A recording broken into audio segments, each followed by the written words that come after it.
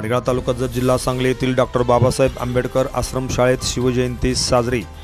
माडगाळ तालुका जत जिल्हा सांगली येथे डॉक्टर बाबासाहेब आंबेडकर आश्रमशाळेमध्ये शिवजयंती उत्साहात साजरी झाली। यावेळी या शाळेचे मुख्याध्यापक मान्य संजय पाटील व त्यांच्या सर्व शिक्षक तसेच माडगाळ गावातील लिंबाजी माळी यांच्यासह अनेक मान्यवर उपस्थित होते। माडगाळ तालुका जत जिल्हा सांगली येथील मान्य निखम यांनी छत्रपती शिवाजी महाराजांवरती व्याख्यान दिले। एक दिवस कार्यक्रमाला यायचा आहे, पण तो योग मला वाटतं आज छत्रपती शिवाजी महाराजांच्या जयंतीच्या निमित्तानं आला। या ठिकाणी उपस्थित आदरणीय ददाप सर, आदरणीय कांबळे सर, आदरणीय सर्व मॅडम आणि उपस्थित मी आतापर्यंत गेले थोडा वेळ झाला बघत होतो की तुमचे सर्वांची भाषणं आणि आता सरांनी सांगितले की जवळपास 60-70 मुलं वक्तृत्व स्पर्धेमध्ये भाग घेतलेले। खरं तरी आनंदाची गोष्ट आहे सर। एखाद्या महापुरुषाच्या वरती बोलणं इतकं सोपं नसतं, त्यांच्या विचारांची प्रेरणी करणं इतकं सोपं नसतं, पण तुमची जी भाषणं मी ऐकली त्यावेळी मला वाटलं की सर पुढच्या वेळी तुम्हाला व्याख्याता वक्ता बोलवायची गरज भासणार नाही, कारण तुमच्या शाळेत इतके चांगले मुलं जर व्याख्यानं देत असतील किंवा ते जर महापुरुषांचे विचार पसरवण्याचं काम करत असतील तर मला वाटत नाही बाहेरच्या वक्त्याची गरज आहे। नक्कीच तुमचं मनापासून अभिनंदन करतो आणि तुमच्यासाठी एकदा माझ्यासमोर जोरदार टाळ्या वाजवा।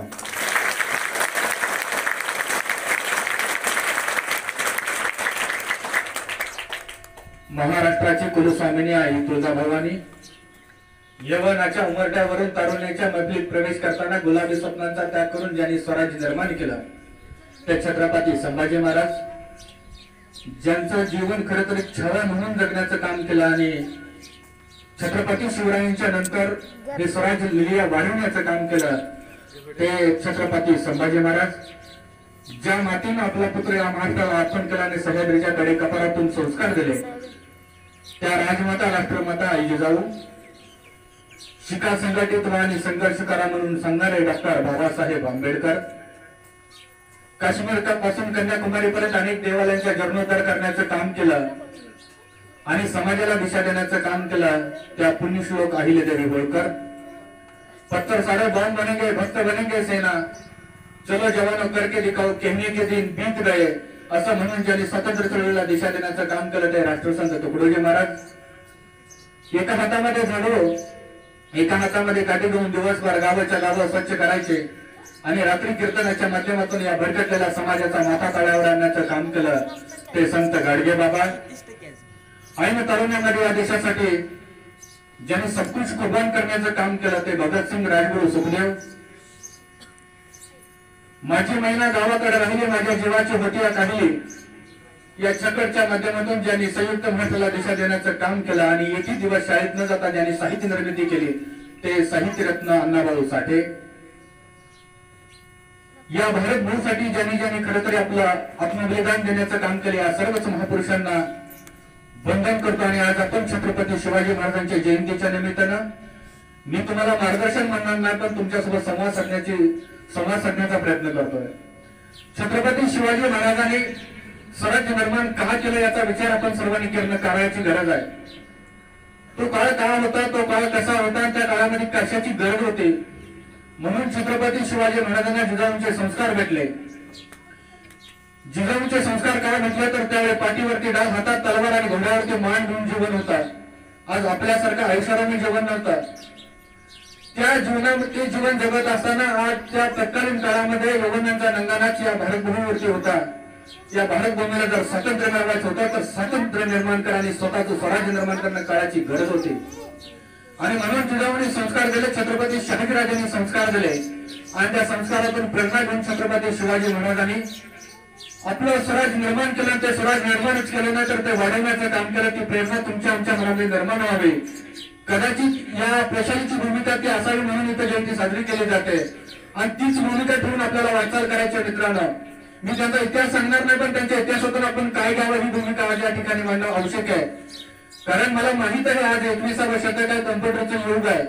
या युगामध्ये या विचारांची काय गरज पडते, कारण त्यांनी निर्माण केलेले जे विचार आहेत, त्यांनी दिलेले ते विचार आहेत ते मला वाटतं चंद्र सूर्य असेपर्यंत ते आपल्याला काळाची गरज आहे आणि म्हणून आपल्याला त्या विचारांची खरं तर त्या विचारांसोबत आपल्याला जाणं गरजेचं आहे।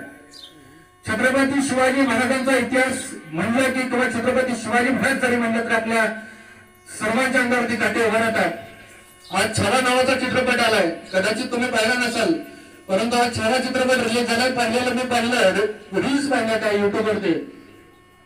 अनेक युवती अनेक युवक रडत होते त्या चित्रपटगृहामध्ये, कारण त्या छाव्याने निर्माण केलेलं ते नंतर छत्रपती शिवरायांच्या नंतर ज्यांनी स्वराज्य खरं तरी वाढवण्याचं काम केलं आणि त्या स्वराज्याचा झेंडा अटकेवर येण्याचं काम केलं, तर छत्रपती संभाजी महाराजांना हाल अपेक्षा सहन कराव्या लागल्या. का कराव्या लागल्या? कारण त्यांना गरज नव्हती.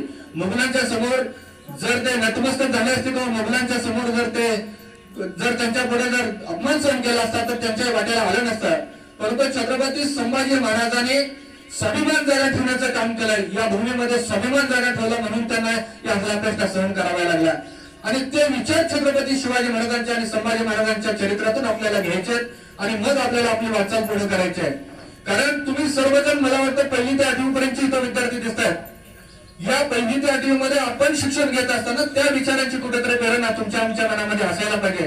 कारण मला सांगा, आपले सगळेच पालक कुठेतरी शेतकरी असतील, कुणी कष्टकरी असतील, आपण सर्वसामान्य कुटुंबातून पुढे येतो.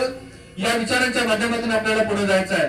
कारण 70-80 मगाशी मला सरांनी सांगितलं की जवळपास 70 विद्यार्थ्यांनी वक्तृत्व स्पर्धेमध्ये भाग घेतलेला आहे. ही आनंदाची गोष्ट आहे. तुमच्यामध्ये सामर्थ्य आहे. कदाचित काही 70 विद्यार्थ्यांनी वक्तृत्व केलं असेल, काही आमच्या ताई रांगोळी काढत असतील, काही आमच्या ताईंकडे नाचण्याचं कौशल्य असेल. आपल्या कौशल्याला ते धाड देण्याचे आणि हे खरं तर शालेय जीवनाचं वैशिष्ट्य आहे. शाळेमध्ये कधी भ्यायचं नसतं, कधी घाबरायचं नसतं. कारण शाळेतलं जेवण हे आपल्याला शिकण्यासाठी असतं. भले चुकू द्या, चुकलं तरी तुमचे मित्र आहेत समोर. म्हणून आपल्या कौशल्याला आपल्यामध्ये असलेलं उभारी देण्याचं काम ही शाळा करते. या शाळेचं करावं तितकं कौतुक थोडं आहे. पाटील सर असतील, त्यांच्या सर्व टीमचं मी मनापासून कौतुक करतो. इथून पुढे तुम्ही चांगल्या पद्धतीनं, आमची ताई ही सूत्रसंचालन करण्याचं काम करते, उत्तम पद्धतीचं सूत्रसंचालन.